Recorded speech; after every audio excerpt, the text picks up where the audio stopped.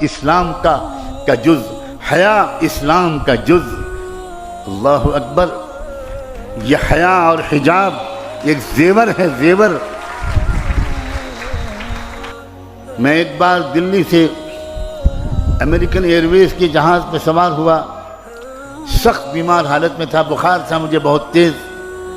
3 بجے رات کو فلائٹ میں پہنچا، اس ارادے کے ساتھ کہ میں فوراً آرام کروں گا، لیکن اللہ کو کچھ اور منظور تھا۔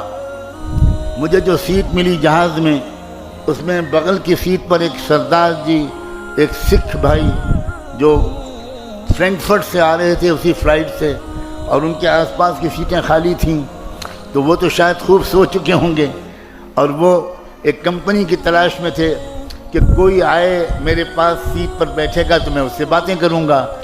تو وہ سردار جی جو تھے انہوں نے فوراً بات چیت چھیڑی راجنیتک حالات پر۔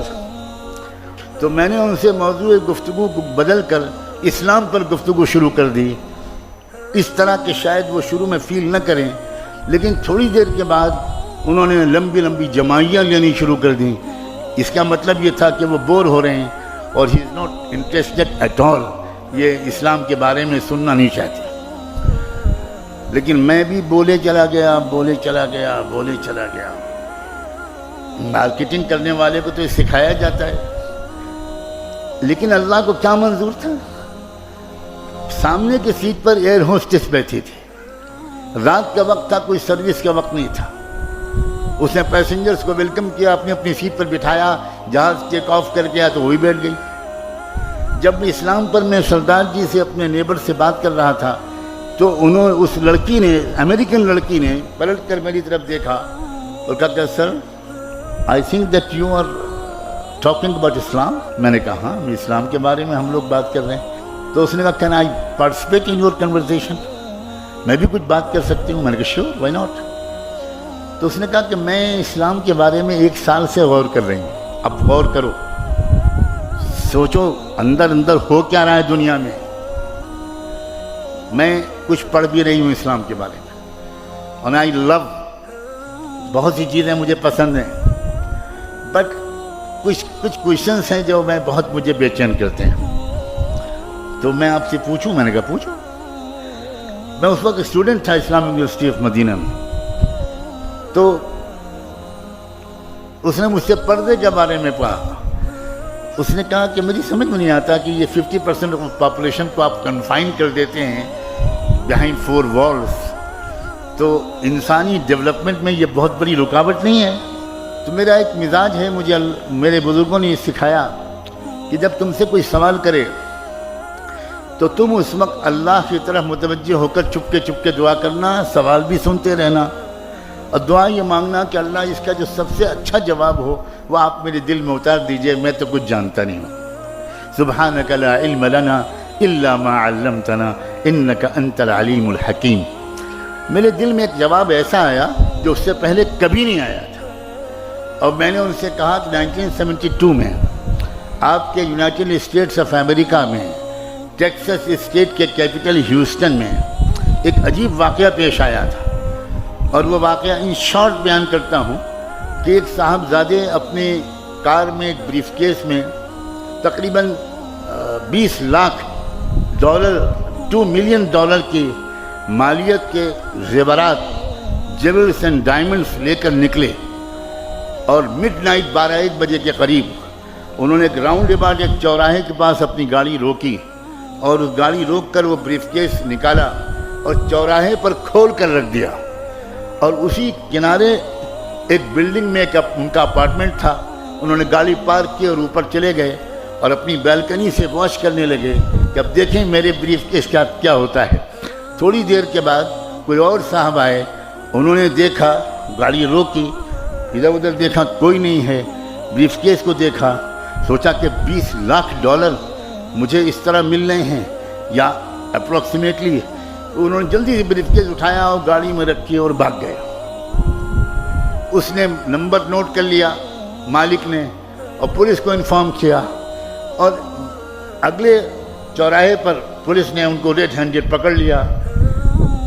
کیس چلا، امریکن ٹیکسس ہائی کورٹ نے جو فیصلہ کیا، میں نے اس امریکن ایئر ہوسٹس کو وہ ججمنٹ کا خلاصہ سنایا کہ میں نے ریڈرز ڈائجسٹ میں وہ قصہ پڑھا تھا۔ ہائی کورٹ کا فیصلہ یہ تھا کہ اصل کرمنل وہ نہیں ہے جس نے چوراہے پر سے بریف کیس کو اٹھایا ہے، اصل کرمنل وہ ہے جس نے پروٹیکٹڈ پراپرٹی کو اوپن کر کے چوراہے پر رکھ دیا۔ یہ آپ کے ہائی کورٹ کا ججمنٹ ہے۔ تو وہ تھوڑی دیر کے لیے پزلڈ ہو گئی۔ میں نے کہا کہ آپ سمجھیے کہ یہ آپ کے سوال کا جواب ہے۔ تو کہنے لگی کہ can you please explain it a little further. میں نے کہا سیدھا بات ہے، اسلام کے نزدیک ہر فیمیل، ہر لڑکی اور ہر عورت بلینس آف ڈالرز کی قیمت کی ڈائمنڈ نیگلیجبل ہے۔ It should be protected. It should be protected.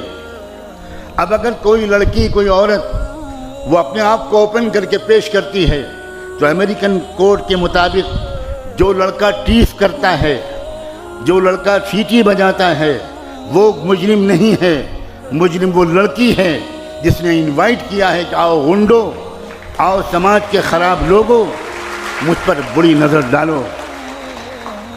میری پردہ نشین باحیا اور باحجاب بچیوں، جانتی ہو ایک اسلام کے قانون کی تشریح کا کیا جادوئی اثر ہوا؟ شی واز ان ٹیئرس، رونے لگی وہ، اور وہ کہنے لگی کہ اب کراچی ایئرپورٹ آ رہا ہے، میں تو اب آپ تو اتر جائیں گے، آپ کو یہاں سے فلائٹ چینج کرنی ہے، اب میرے پاس تو 4-5 سوال اور بھی ہیں، آپ کے اس سوال نے تو مجھے مسمرائز کر دیا آپ کے جواب نے۔ میں بالکل مطمئن ہوں کہ پردے کے بارے میں، but what about my other questions? میں نے کہا دیکھو میں ایک اسٹوڈنٹ ہوں، میرے پاس اپنا کوئی فون بھی نہیں ہے، میں ہاسٹل کے چیف وارڈن کے آفس کا نمبر دیتا ہوں، آپ مہینے میں 1-2 بار مجھے کال کرنا، اگر میں مل سکوں گا تو ملوں گا، جواب دوں گا۔ اور اگلے 7 مہینے تک وہ مجھے ہر مہینے 1-2 سوال کرتی رہی، اور میں اپنی علم کے مطابق جواب دینے کی کوشش کرتا رہا، اور چونکہ میں مدینے میں تھا تو جواب دینے سے زیادہ میں مسجد نبوی میں اس کے لیے ہدایت کی دعا کرتا تھا۔ 27ویں رمضان کی تاریخی رات تھی، وہاں رات تھی اور مدینے میں دن تھا، جمعے کا دن تھا۔ اس نے مجھے فون کیا، اس نے کہا مولانا میں نے اس وقت کوئی سوال کرنے کے لیے فون نہیں کیا ہے، I want to give you a very happy news right now۔ میں شکاگو کی اسلامک سینٹر میں بیٹھی ہوں اور میں نے ابھی محمد مصطفیٰ کا دامن تھاما ہے۔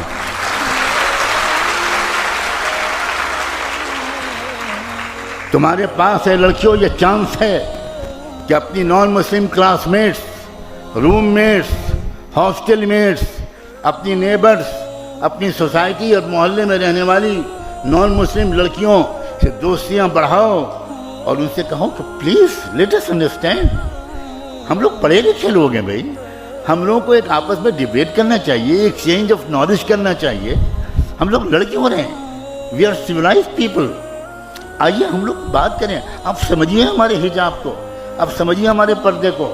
میں اس گھر میں رہتا ہوں، یہاں میری بیٹی بھی موجود ہے، میری بہو بھی موجود ہے، وہ پورا گھر نان مسلم سوسائٹی کا ہے، 99% لیبرز ہندو ہیں اور اپر کاسٹ کے ہیں، اور میں اپنی بیٹی اور بہو کے سامنے یہ بات کہہ رہا ہوں کہ وہاں کی پڑوس کی ہماری نان مسلم لڑکیاں، برہمن گھرانوں کی لڑکیاں، وہ ان بچیوں سے آتی ہیں اور کہتی ہیں ہمارے سر پہ اسکارف باندھ دیجئے، آپ لوگ بڑی سندر لگتی ہیں۔